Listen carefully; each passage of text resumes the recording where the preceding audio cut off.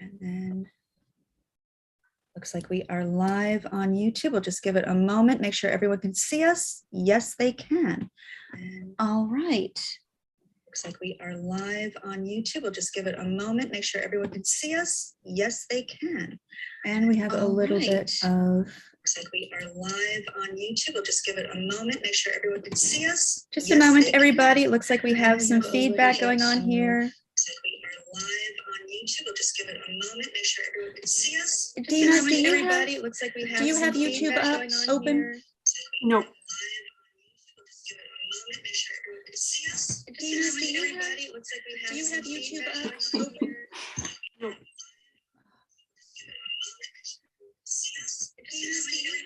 I'm not sure where that's coming from.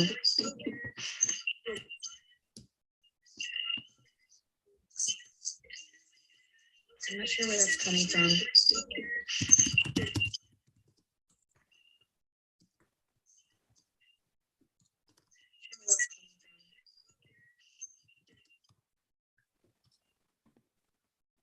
Can everyone hear us and see us all right? Hello, everybody. Can you see us and hear us okay? Hear us and see us all right? Hello, everybody. Can you see us and hear us okay? See us all right? Are you hearing us double? Hello, everybody. Can you see us and hear us okay? See us all right? Are you hearing us double? Hello, everybody. There is an echo. Okay. Can you see us and hear us okay? See us all right? Are you hearing us double? Hello, everybody. There is an echo. Okay. Can you see us and hear us? Are you hearing us double? There's an echo. Okay. Are you hearing us double? Okay.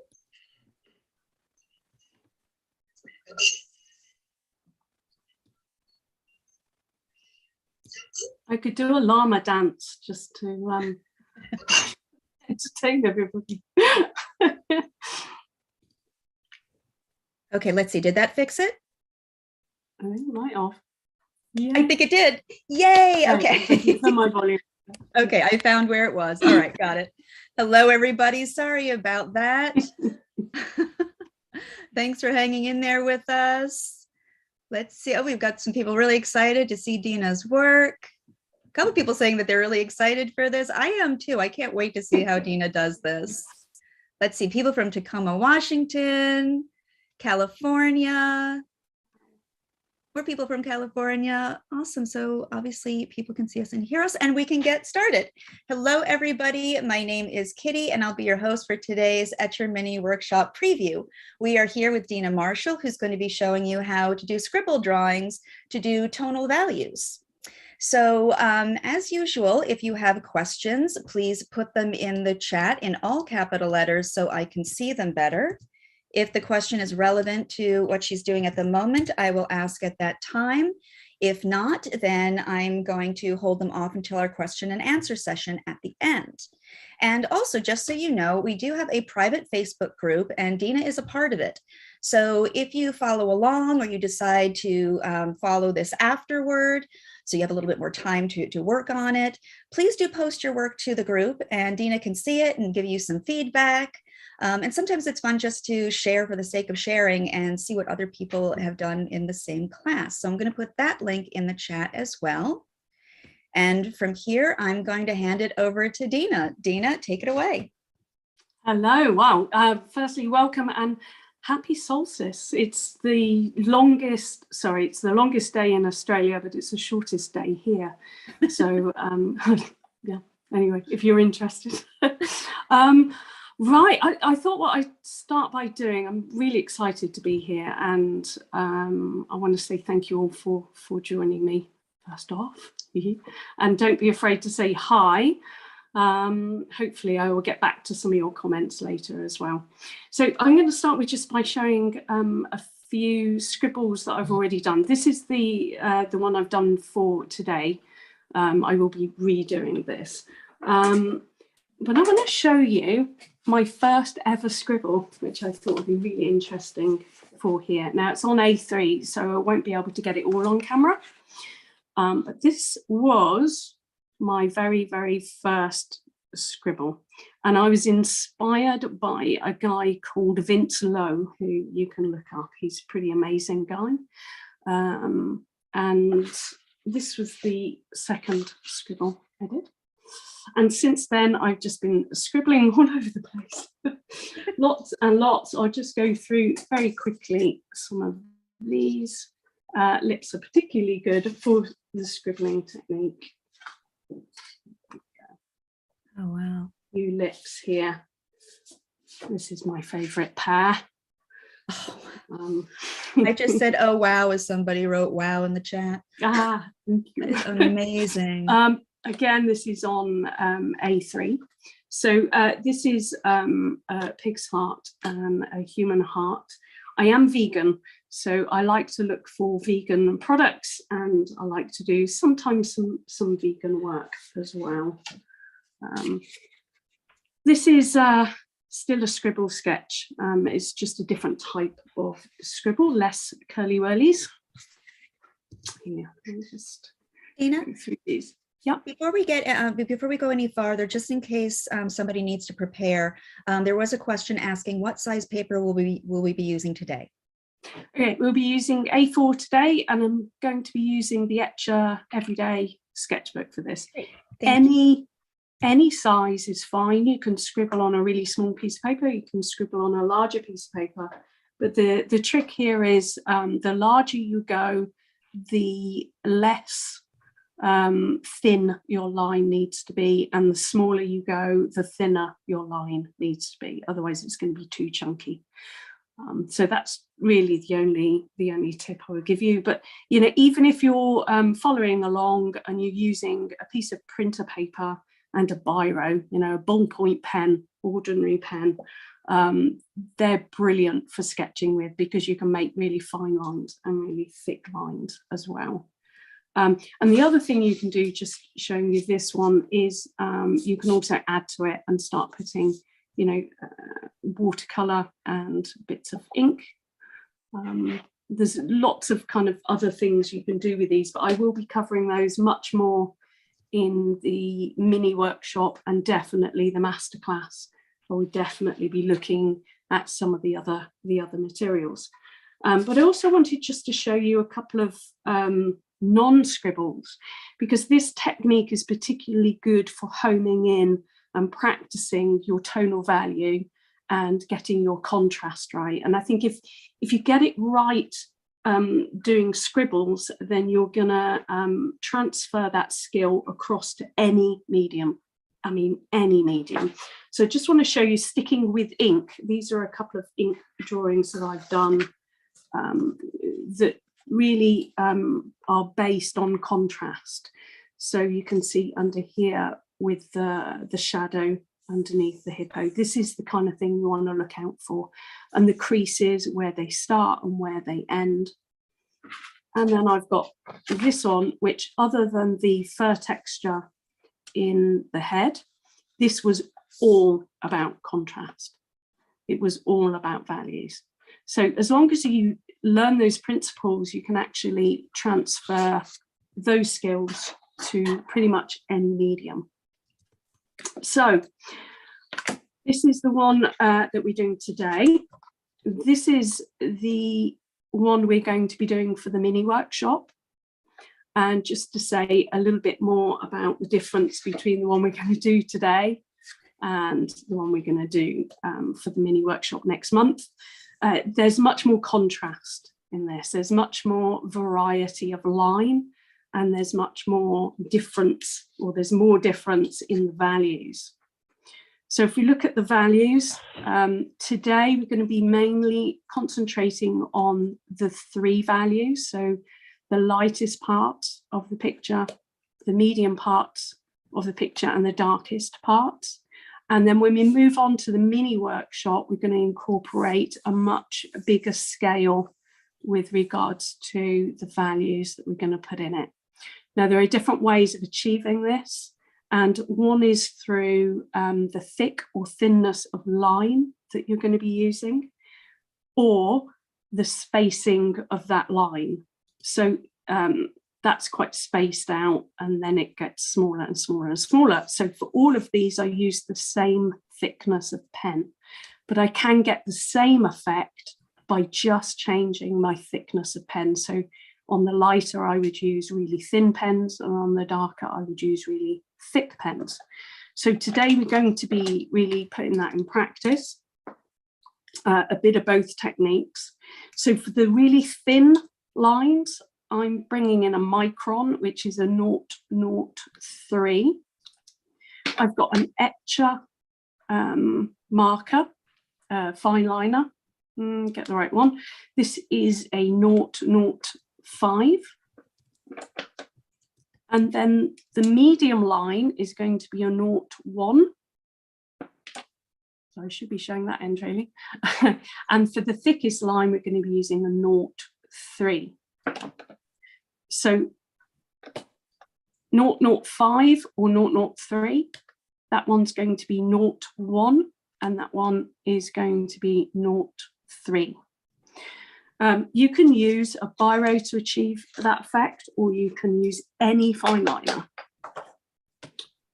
Any questions? Yes, actually, somebody was asking if you ever use pencil as well as pen. Yeah, you can use pencil. I think if I'm going to use pencil to do a scribble, it would have to be the mechanical pencils, the ones that you don't have to sharpen. I think if you used an ordinary pencil, it would get blunt very, very quickly. But this technique, especially if you went big, you could use a pastel pencil, or you could use a coloured pencil. There are all sorts of different mediums you could use for this. And you can even use a paintbrush, especially if you're going on a really large canvas. Hopefully that helped. Before I just start a moment, I just want to just describe the scribbles a little bit. We've kind of got, you know, an up and down, very rough scribble there. We've got circles here. This is an example of ovals. And this is my favorite here, which is a very random kind of pattern. And I've done it in small and large just to show you the different textures that can create. But the most important thing, two important things actually before we start. One is develop your own scribble, because I think you're going to really get a lot out of going your own way and what feels good for you rather than copying me. And the second thing is, like all stages of art, this has a messy stage. And when you first start and put the first layers down, it's going to look like a kid has done it, a little child, you know, it's quite rough and ready. But the trick is to layer and to not give up. And even if you don't like the piece at the end of it, you will learn loads by following through. You don't learn by chucking stuff in the bin and not continuing. So I just want to, you know, make sure that that's out there, because I see so many people give up on drawings, and you just don't get the lessons when you do that. Okay, let me just pin this down here. There we go. So please ask any questions as we go along. What I'm going to do first, hopefully you've all got your reference photo in front of you. I've got mine on my iPad. I find it a lot easier to be able to zoom in. Although I've said that this is a quick sketch, so I'm not going to be zooming in as much. I'm going to be relying on being a little bit quite far out from my reference photo. So the first thing I want to do is map out where the dark areas are. So if you look at your reference photo, you're going to see where the absolute darkest of the darks are. And I'm going to start with the thickest pen, which is 0.3. I'm going to start from left to right. That's a bit of habit, but you can kind of start anywhere. And the first thing I'm noticing is this, you know, section here on the nose. There we go. It's done. It's that quick. It's so quick, this technique. So the trick is here is to go really quickly and not get hung up on too many details. I am, in fact, a detail artist, so this is a fantastic technique just to get me out of the habit of being exact. And this isn't a continuous line. I know that a lot of people do continuous line drawings, This is, you know, stop, look back at your work, look back at the reference photo. And I'm still drawing the blackest of the blacks that I can see in the reference photo. And I'm not worrying too much about where my lines are. I'm just going roughly with the pencil lines I've got down. And get these marked out, just a few here. Not all the marks are in here, by the way, so, you know, feel free to add what you see. Yes? Sorry to interrupt. Do you have something that you could place on the left side of the dog so that the camera will keep focus on the page? Yes.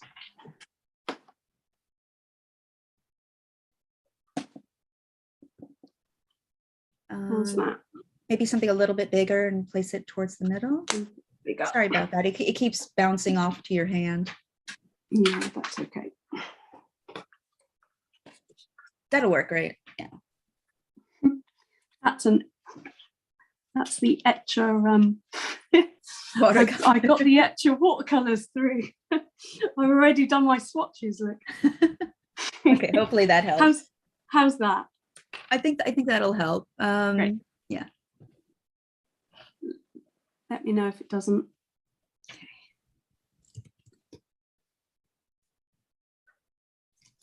So the focal points are going to be the most important thing on such quick drawing. So you want to decide where you want to put the main details. In this case, it's definitely going to be around the eye, the nose, the jowls. And I like to do this kind of nice line around the ear because that's where it's really darkest and it really pushes those the lights that are hitting the ear. So when we get to things like the eye, I'm going to do the blackest of the eye in a smaller pen. And that's so that I got a little bit more control over the process. I'm going to swap now to the 0.1.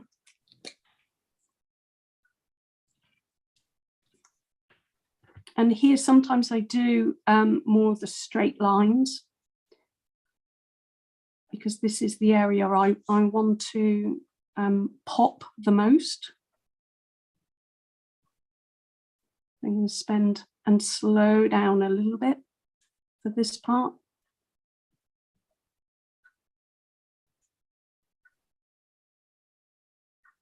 And I'm not going to leave too many gaps in this section here. Again, this is the focal point. The rest we'll get away with. Great. So I'm going to go back now to the 0.3. We've got, so now we look at this section here has got highlight running along here. So I want to maintain that. So if I just go in with a scribble, that's going to cover some of that highlighting line. So what I'm going to do is again be a bit more purposeful and slow down. Maybe do some smaller squiggles. And then I can go back to doing some random ones. So the idea with this, just have fun. Now, a lot of scribbling for me came from not being able to draw in the car. And I discovered that scribble drawings, you go over a bump and you go, whoa, it doesn't matter. Hey, it's absolutely fine. Make it work for you. So it just really, really works in the car. Long journey is brilliant. And Dena, we do have a question in the chat. Yep. Why do you change the pen at that point if you're just going to blacken it in? Because I wanted more control, and because this is a thicker line. I mean, I could have done it in this, but I just wanted a bit more control. It's just about detail for me. The moment we get to detail, I want to swap to a smaller pen or a thinner pen. Thank you. So I'm working on my pencil lines here. in just very roughly and very loosely.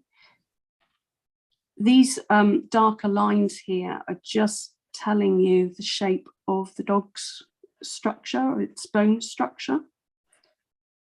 So if you get a few things not quite right, it's going to be fine. I think we can worry a little bit too much about getting everything exactly right. And it's one thing I love about Etchr, actually, and the group. I belong to quite a lot of art groups, and I find Etchr is one of the ones where, you know, people really kind of experiment with their work, and it's wonderful. You know, a lot of the groups rely on tracing and things like that. I think it's a really good thing sometimes to move away from that. So just want to say I'm just heading around the ear now, and the ear I'm gonna, again, a bit like the eye, but it's a larger section, so I'm going to stay with the same pen, but I'm going to kind of move with a different kind of scribble, which is just back and forth, and I'm going to go along that line like that. Once I've done that, I can move back to some random scribbles. But at the moment I'm doing random scribbles, but I could do these scribbles. It really doesn't matter. You just got to play with it and feel your way around with the pen, not worrying about, you know, necessarily where you're going to go. And yeah, get crazy. Really, every now and again, what I find is I tighten up and I start getting more and more detailed. And these larger scribbles really came about from that. So I can be doing this and then I go, oh, let's just loosen up a little bit. It just helps. And I move my whole arm when I'm doing those sections. So we've got a really dark section here. Now, this is where most of the time is taken with, because in order to get your contrast, these really dark areas have to be pretty dark. Otherwise, you're not going to notice it as much. So you can see how quick this can be, really randomizing some of those kind of scribbles there.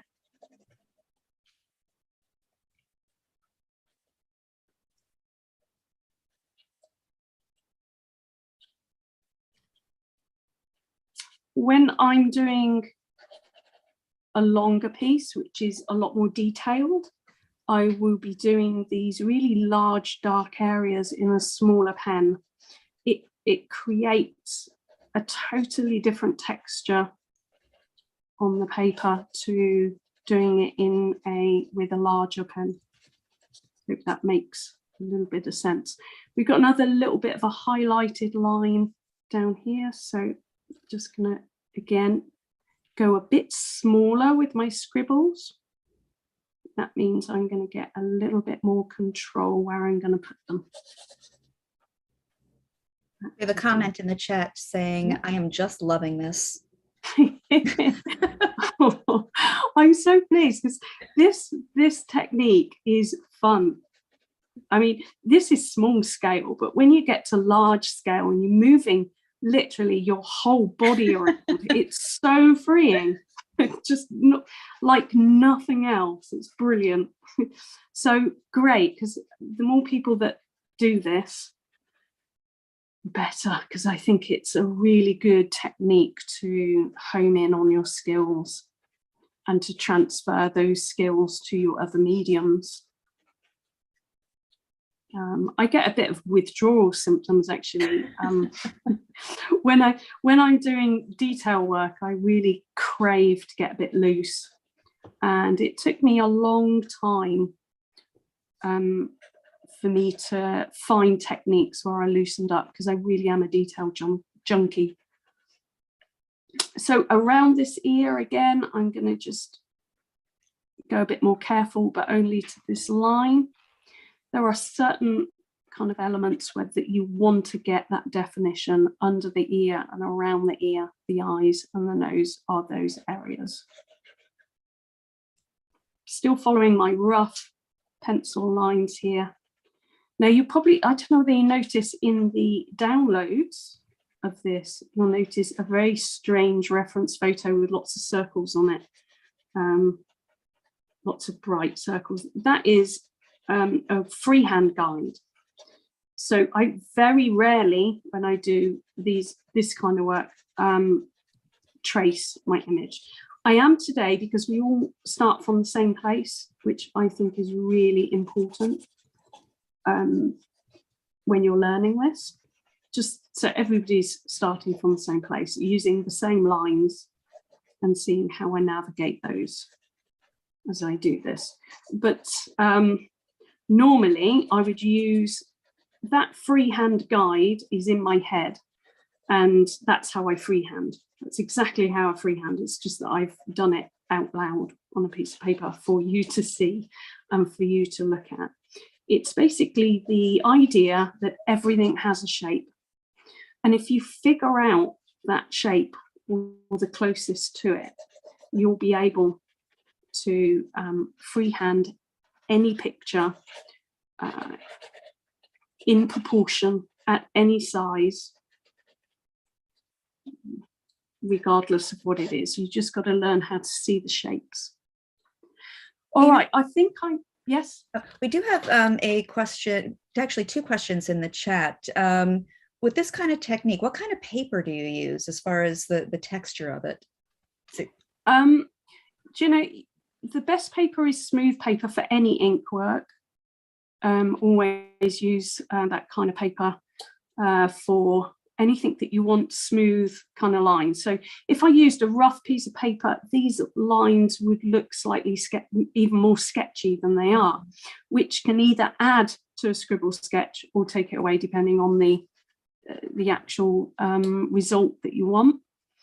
So it doesn't actually matter. Try them all out, find out the ones that actually work for you, rather than say, hey, there's a particular paper that works better with this technique. Just explore. Yeah, explore, absolutely. Having said that, I like hot press watercolor papers in particular, and that's because once I've done this, sometimes I like to go in and play with it.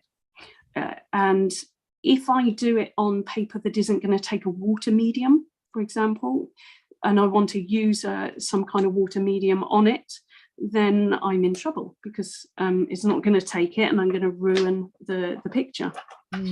So that's why, you know, I might use a thicker piece of paper just so that I can experiment afterwards. And if I don't, that's okay as well. And the other thing is scanning. If you're using cold press paper that's uneven, then it doesn't scan as well. And I like to remove all of the background on this when I'm doing a scan of it so that it's bright white, because then you really get that contrast. And with smooth paper, you can achieve that much easier. You can achieve it with cold press paper. It just takes longer on the processing. So I've swapped, by the way, now to a 0.1. Sorry, 0.1, it's otherwise called 0.1, depending on which brand of pencil you're using. So I'm going to go now over what I've done and then add some. So I'm now looking at not just the darkest sections, but I'm also looking at the next darkest sections. But I'm going to go over what I've done, which will further darken those areas. And then I'm going to come out so that it fades the darkest areas into the next darkest areas. If I go back to here, we're now going for these. So we've done that, we're now doing these.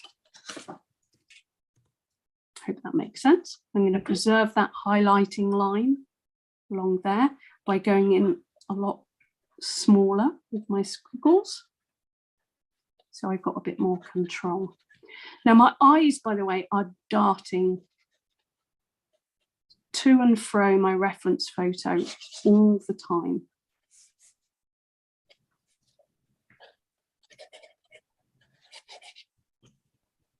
So I'm just going to blend in where that eye is so it doesn't look quite so, you know, different to the rest, because I did that with a little bit more control. We'll do the inner eye with the smallest of the line width pens. So the only thing you've got to look at this stage when you're doing some midtones is not overdoing them. You've got to allow the white of the paper to really get those highlights in. So there's always a danger at this stage that you can overdo and cover too much of your paper. Again, I'm going smaller and with a bit more exact here, just to put a little bit of detail in that nose. Like that.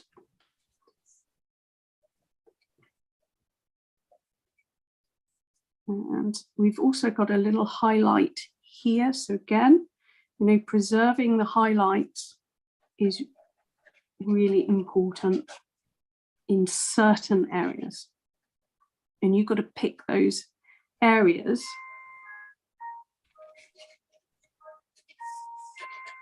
That's my doorbell. I'm very sorry. I can't control the doorbell. They want to watch you do this too, apparently. I'll bring them upstairs. News has gone around. We do have a question in the chat if this is a good time. So when using this technique, can you accurately represent texture? Yes, you can. I mean, I'm not doing the texture of the dog's fur. I do have that one I showed you here, which is on A3.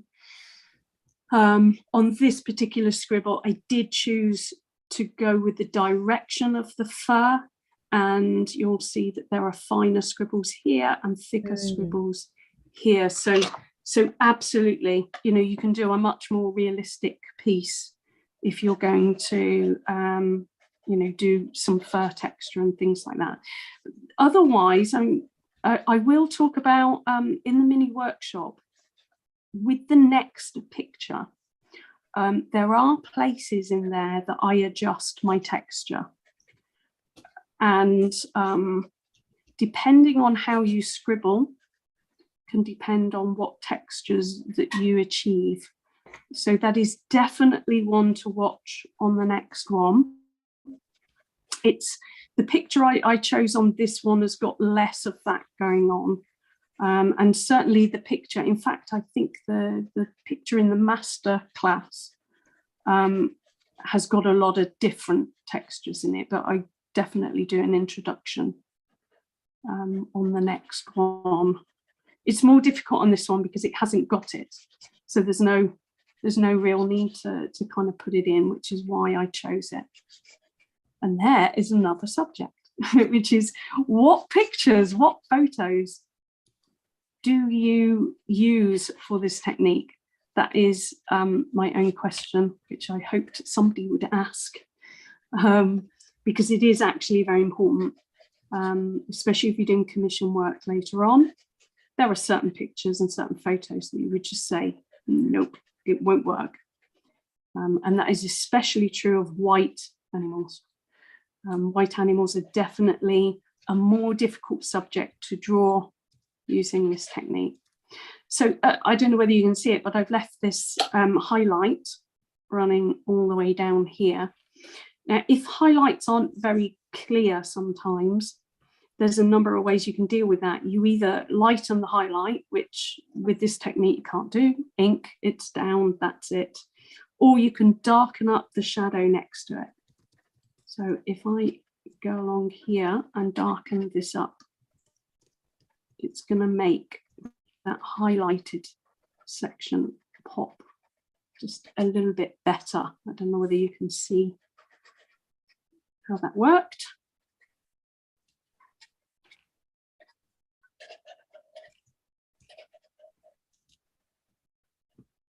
So here and here is quite dark. So I'm just going to scribble all over this. Be able to teach your children how to scribble draw. Great technique for children. I am actually a psychotherapist, and scribble drawing is a technique that I bring to the table to clients in terms of therapeutic work, because it is very childlike. So it's very soothing, and it can help with anxiety.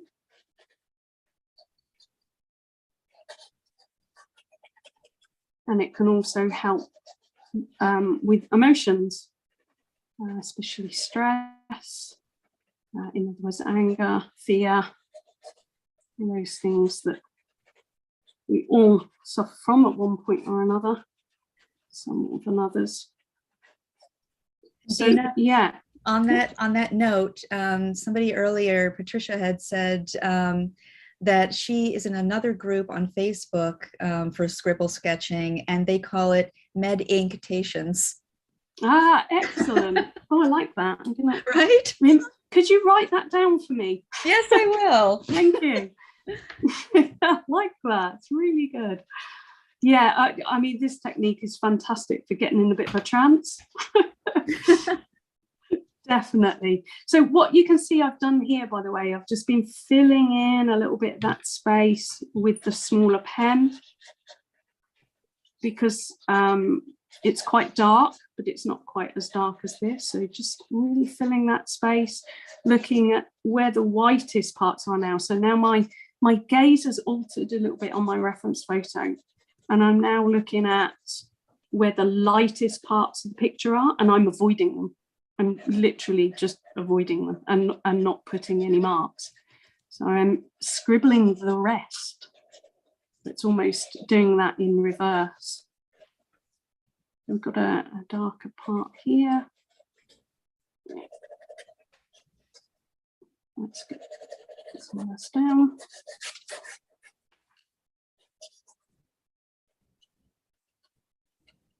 This is quite dark here. We'll go on to our little thin pen in a minute, and then we're almost done, believe it or not. So nearer to the end, I kind of skip around a little bit more instead of concentrating in one area. So we've got some lumps and bumps along the ear here, and sometimes I like to leave a lot of kind of white space in one area. So the top of the head where the pencil line is, I'll be rubbing that out very gently so I don't smudge the ink, but sometimes I leave that. And if I put, so where this kind of hump is here, put a little bit of a line there, a little bit of a line there, another one there where the hump is, that is really all that's needed up at the top here, just to indicate to the brain that that's where the top of the ear is, without having to put in too much detail. So we can just allude to some of the detail, allow the brain to do its thing. So we've got a darker section just here, up here, and that's all I'm going to do with that. And now I'm going to swap to my little small pen. Now, I did say I've got a micro 0.3. I probably won't be using that. I don't think I need it today. So we're now on the 0.05, which is the thinnest offering within the pack of Etchr fine liners. And let's say, with full disclosure, I bought these as a gift to myself for my 50th, was it my 50th? 51st birthday, 52nd. Yes, last year, anyway. So I already had Etchr products before, and I've been a member of the group for a little while, so I love it. We love seeing your scribble drawings. Every time I see one, I'm like, I want to know how to do that. I was so excited when I saw your name pop up in our list of artists. I was like, yes. Oh, that's so sweet. Thank you. And I know I'm not alone. Oh, that's pretty. Oh, it's great. Get more people scribbling. It's quite a niche at the moment. There's not many people doing it. So it's a good thing. What I'm using this for, by the way, is just to darken up some of the what I call the lightest of the midtones, but just really joining the dots and kind of bringing a little bit of fine texture to the piece. But I'm interested how many people who are watching right now are actually scribbling with me. Yes, take a moment to stop scribbling and let us know. Yes. Or are you going to watch it later and scribble? Who's going to actually then watch it later on and scribble? Right, I did say I was going to wait to the last moment with the thinnest pen to do the eye. Now, this eye is really simple to do. We've just got some shading around the bottom. But the iris here, the iris is never a hard line. It looks like a hard line, but it's not. So what I'm going to do is some very controlled little light scribbles around the outside, and then here too. I don't want to darken this eye too much, and that's that. And then I can see that there's more of a dark section here. So this is, I'm now just refining.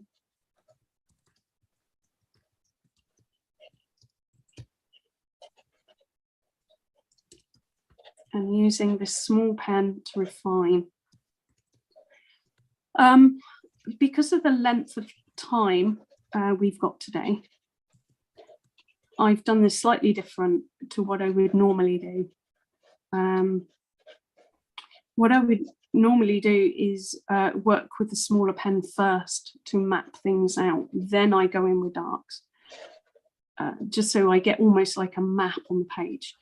But for today, there just isn't enough time to do it in that way. So I've just altered my technique a little bit. So just really, instead refining, I'm leaving these white areas alone now. And if I'm going to look at where some of these darkest areas are, just again, pop some of this smaller pen in just to offer a little bit of deeper texture.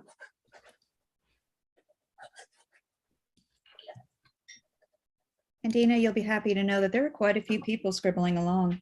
Wow, excellent. How oh, that leads on to a further question. How are you getting on? Oh yeah. Let us know. Yeah, that's really cool. Let's see, there are some comments here. Somebody said they're scribbling, that's why they can't write right now, but it's great. Have been keeping up quite well. Oh, fantastic. Enjoying watching and scribbling. I'm doing it, but it goes very fast. Haha. Yeah, it's it's such a fast technique. It helps to loosen you up. It's, like I said already, it's good for emotional work, and it's a lot of fun. And sometimes when I'm nearly finished, I will take a look and see I haven't got many scribbles here, and that's the way I like it. That's fine. But sometimes I want to use these to put a bit of movement in. And I often go between the circular ones and these kind of straight lines. And yes, you can go overboard on it. Like anything, we do it. just darken this nose up. So sometimes I just look at the reference photo and I just spot something that I want to change. Here's an interesting comment. Reminds me of Rembrandt etchings. Oh, Yes. well, there's a compliment. Famous, comparing me to a famous artist. Doesn't get any better than that, really, does it? Thank you. We just have a few minutes left. Yeah, well, I'm just, I'm just scribbling. Okay. I finished ages ago. You're just rolling with it. I finished ages ago. Oh, okay. Well, I'm just, why don't we just do playing some at question this and point. answers? Okay, let's do that. I'll just carry on scribbling. Okay. Actually, Because first, let's talk about the mini workshop. Okay. So the mini workshop is a 90-minute class, and it's step-by-step instructions, and you'll get to work alongside with Dena, and it'll just delve deeper into the techniques that you're learning today. And if you can't attend live, the recording will be available a couple of days afterward. So Dena, why don't you tell us a little bit more about what you're going to be teaching in the mini workshop? And if we could see that picture again, that would be great too. Yes. Okay. So new picture. There we go. So how this will be different in the sense, obviously it's a different pose, but it's very subtle. This is I've got a little bit more detail in because we've got a bit more detail around the neck. We've got a bit more darker shading going on around here. The eye is a bit more interesting. Otherwise, the difference between this and the one we've done today is this has had a much longer spent on it. So there's much less of the larger, thicker strokes. I mean, you can see a few kind of up here and a few here, but largely this is done with smaller nib pens.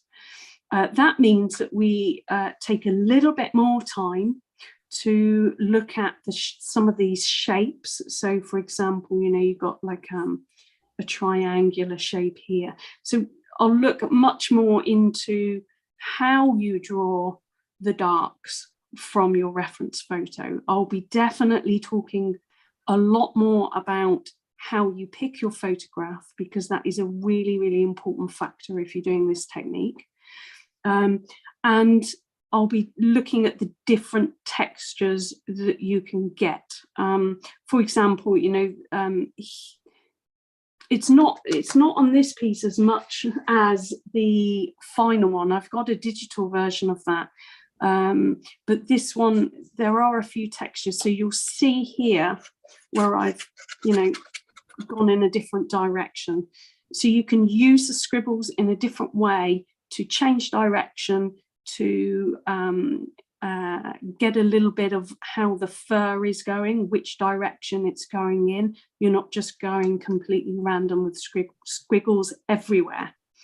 I'll talk a lot more about the importance of contrast, and also if I bring this in again, instead of now looking at these 3 tonal values, I'll be looking at these, and actually there's 8. Because either side of this, there's a pure white this side and there's a pure black this side. So I'll be looking at this larger scale and their relationship to these 3 that we've been doing today. Hopefully, and I'll be probably slowing down a little bit so that you can see a little bit more of what I'm doing, if that makes any sense. Great. And once again, the mini workshop is on Friday, January 14th at 12 o'clock Eastern Standard Time. And the link is in the chat now. And actually, we have quite a few questions. We only have a few minutes left, but we're going to try to get through all these questions because they're really good ones. But before we start asking those questions, would you be so kind as to lift the drawing up so we can get a closer look at the details? Yes, for sure. Absolutely. Well, it's on your sketchbook. Oh yeah. So that's not quite. I know it's not that easy, and I know you have it pinned down too. I have it pinned down. What I'll do, I'll move the camera. Hold on. Let me go.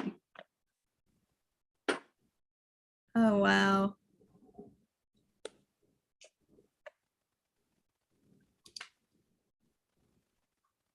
That's just amazing. Okay. And it really only took a half an hour to do that. Yeah, absolutely. It's so quick. Every time I've seen your pictures on the group, I always think that it took like, 2, 3, 4 hours. This, Nope. this is very inspiring that it is possible. It is possible. The trick is, I mean, the main trick of doing this, and this is the skill that you learn, that you transfer over, is how to recognize the tonal scale and where to put the contrast. You learn those things and you can draw anything, and any drawing or any painting, and you will know which colors to use because you can match your color with your tonality. I mean, we've got this kind of here, which is something I did yesterday, but for example, these are your mid-tones, these are your dark tones. So color doesn't matter as long as you get the tone right. Because one of the things I love to do, if any of you follow me, is I do bright watercolors. And in order to do bright watercolors, you've got to know which colors represent which values. So definitely, I mean, if you've got more questions on that for the mini workshop, I can certainly, go into that in a little bit more detail. But otherwise, yeah, your main two things are your tonal values and your contrast, and shapes. 3 things: shapes, tonal values, and contrast. You get those even if you've traced an image like I have today. You'll be able to draw it. You've got to stop drawing what you think you see and draw what you actually see, and that's a bit of a training process. Once you do that, you will indeed be able to do this. And it's no different to urban sketching, going out and looking at a building and looking at where those dark parts are and where those light parts are. We need to know as artists which areas to leave alone and which areas we can play with, which areas we can change, and which areas that need to be done correctly in terms of perspective, or in this case, the dog's structure. Sometimes you can get really hung up on little details and where they go, and we don't need to. As long as we get the eye in the right place and the nose in the right place and some of the cheekbone in the right place, the rest will fall in. Hope that kind of answered that a bit. Great. Okay, so we do have quite a few questions, so hopefully we can get through a few more of these.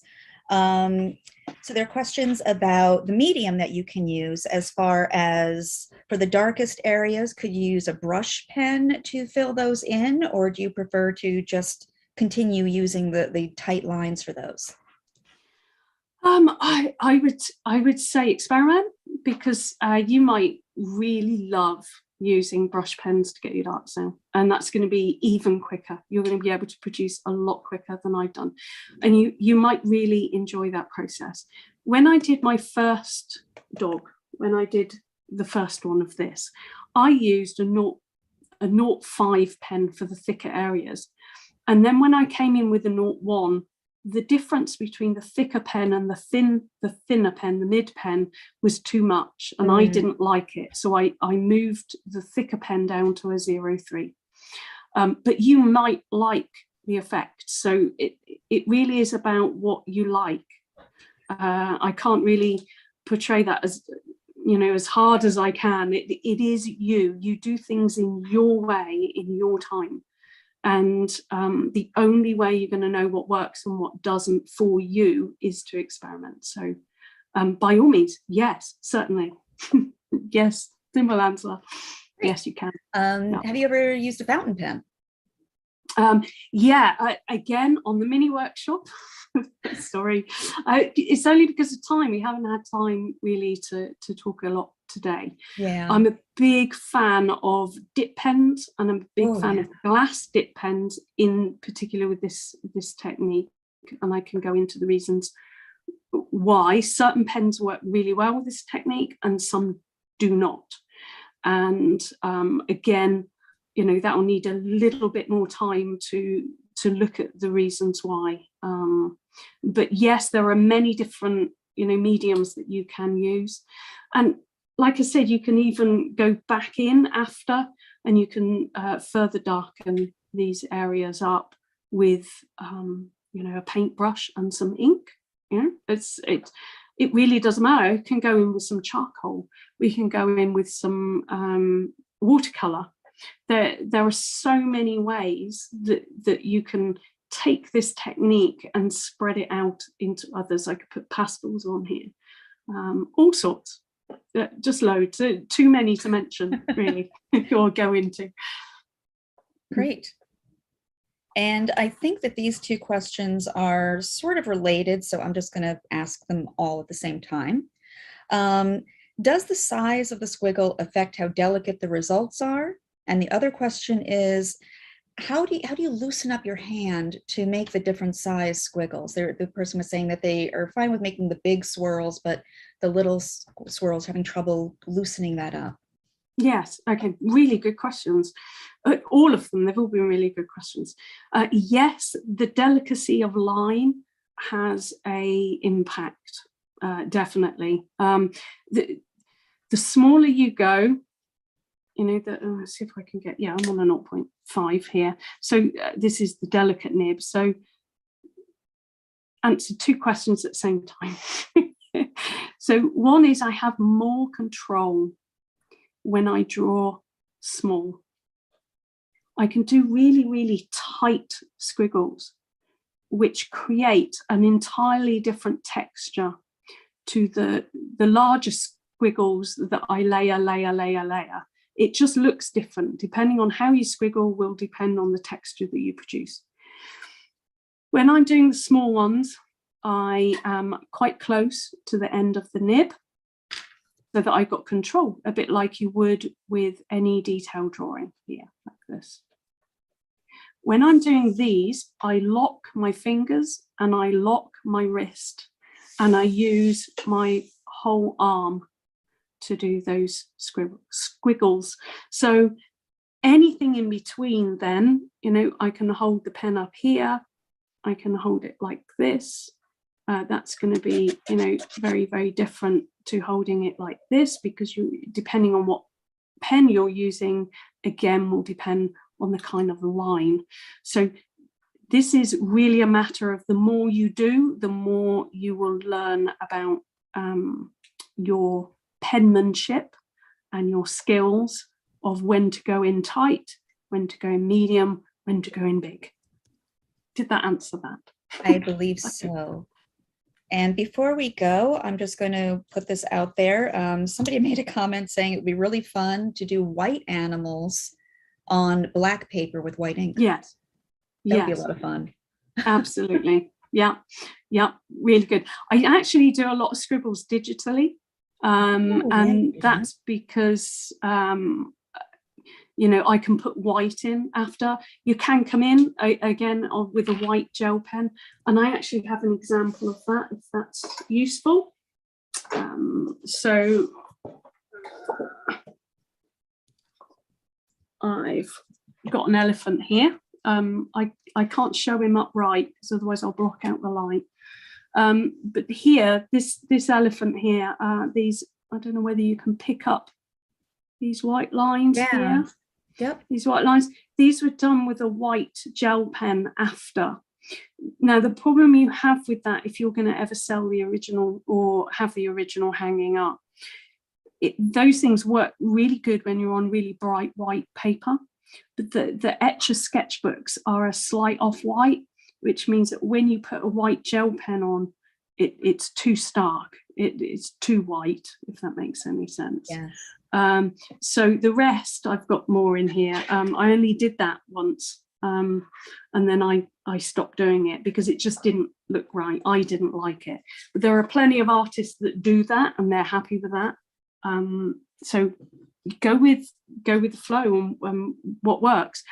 Digital is great because I can put those white marks in without it being affected by a creamy background. And also, interestingly, if you do a black drawing digitally and then you invert it, it does not look right. Because here we're drawing the darks. If you go the other way round, so if you're drawing a white on a black background, you're drawing the highlights. So instead of scribbling here, I'd be scribbling where the lights are, if that makes any sense. So it's the complete opposite. So you're not drawing in then the darkest of the darks, you're actually starting from completely the other end of the scale, which is drawing the lightest of the lights first. Well, Dena, this has been absolutely wonderful. I can't wait for the mini workshop. This has just been so much fun. People have seemed really excited in the chat. And I really hope that everyone will follow along. And if you haven't already, to do this later and post about it on our Facebook group. I have also placed into the chat our link for our feedback survey. We would love to hear what your experience was like today so that we can keep bringing you content that you will enjoy. And also the mini workshop again is on January 14th at 12 o'clock Eastern Standard Time, 90-minute class with Dena. And if you can't attend live, the recording will be available to you later. So that link is in the chat as well. So from here, I would just like to say again, Dena, thank you so much for all your time and your tips and your insight. It was really a lot of fun. And thank you, everybody, for spending this time with us today. And until we see you next time, make more art. Goodbye, everybody. Bye-bye. I'm looking forward to seeing your drawings. Bye.